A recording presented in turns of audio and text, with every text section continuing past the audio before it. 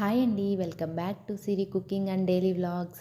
ఇవాల్టి వీడియోలో బటర్ నాన్స్ని ఎంతో సింపుల్గా మరెంతో టేస్టీగా రెస్టారెంట్ స్టైల్లో ఎలా ప్రిపేర్ చేయాలో చూపించబోతున్నాను. నేను చెప్పే టిప్స్ ఫాలో అవుతూ చేశారంటే నాన్స్ అనేవి చాలా సాఫ్ట్గా వస్తాయండి. వీడియోని ఎక్కడ స్కిప్ చేయకుండా పూర్తిగా చూడండి, అర్థమైపోతుంది. దీనికోసం ముందుగా ఒక బౌల్లోకి 2.5 కప్పు మైదా పిండి తీసుకోవాలి. అందులోనే 1 స్పూన్ సాల్ట్, 1 స్పూన్ షుగర్, మనం కేక్స్లో యూస్ చేస్తాం కదండి బేకింగ్ సోడా, అది 1/2 స్పూన్ యాడ్ చేసుకోవాలి. 1 స్పూన్ ఆయిల్, 2 స్పూన్స్ దాకా పెరుగును కూడా వేసి పిండి మొత్తం కలిసేలాగా కలుపుకోవాలి.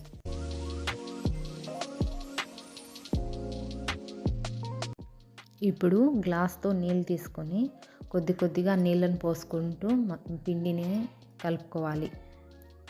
నీళ్ళన్నీ ఒకేసారి పోసుకోకుండా కొన్ని యాడ్ చేసుకుంటూ పిండి మొత్తం బాగా కలిసేలాగా కలుపుకోవాలి. మనం చపాతీకి ఏ విధంగా అయితే మెత్తగా కలుపుకుంటామో ఆ విధంగా సాఫ్ట్గా కలుపుకోవాలి.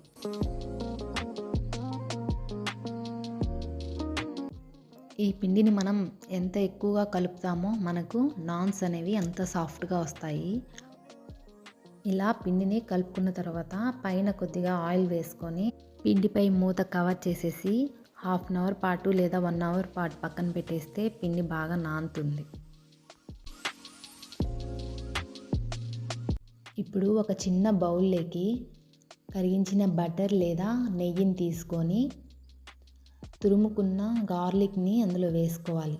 అలాగే సన్నగా తురుముకున్న కొత్తిమీరని కూడా తీసుకొని బాగా మిక్స్ చేసేసుకొని పక్కన పెట్టుకోవాలి. దీన్ని మనం నాన్స్ పైన అప్లై చేసుకుంటే టేస్ట్ బాగుంటుంది, గార్లిక్ నాన్లు.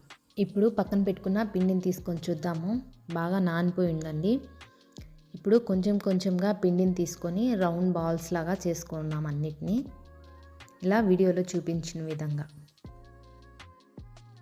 ఇప్పుడు ఒక పిండి ముద్ద తీసుకొని చపాతీ చేసే బండ మీద కొద్దిగా పిండిని చల్లుకుంటూ పిండిని చపాతీ కర్రతో మీకు నచ్చిన షేప్లో వీడియోలో చూపించిన విధంగా రుద్దుకోవాలి. నేనైతే ఇక్కడ ఓవెల్ షేప్లో చేస్తున్నానండి.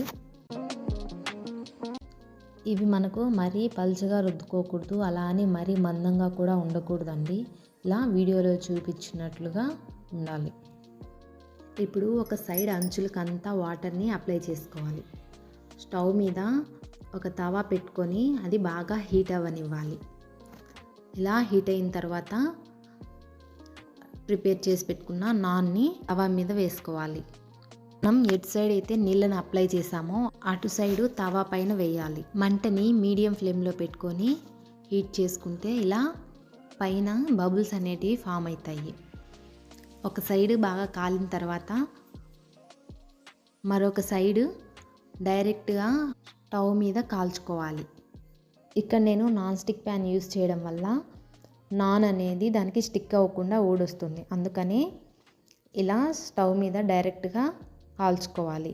మీ దగ్గర ఐరన్ ప్యాన్ ఉంటే దానికి స్టిక్ అయిపోతుంది, మీరు దాన్ని రివర్స్ తిప్పి కాల్చుకుంటే సరిపోతుంది.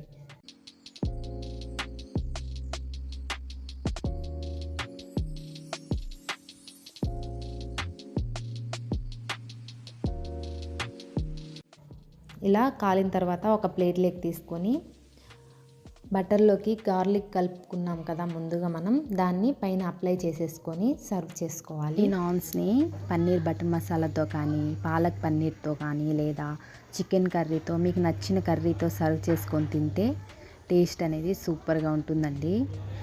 ఇవి చాలా సాఫ్ట్గా వచ్చాయి. మనకి అచ్చం దాబాలో ఎలా అయితే ఉంటాయో మెత్తగా అలాగే వస్తాయి ఇలా చేస్తే. ఒకసారి మీరు కూడా ఇంట్లో ట్రై చేయండి, ఎలా వచ్చిందో కామెంట్ చేయండి. ఇంకా ఎవరైనా మన ఛానల్ చూస్తూ సబ్స్క్రైబ్ చేసుకొని వాళ్ళు ఉంటే సబ్స్క్రైబ్ చేసుకోండి. ఈ నాన్స్ని మనం వేడిగా ఉన్నప్పుడు తింటేనే ఆ టేస్ట్ అనేది చాలా బాగుంటుంది. సో మీరు కూడా ఇంట్లో తప్పకుండా ట్రై చేయండి ఫ్రెండ్స్. Thank you.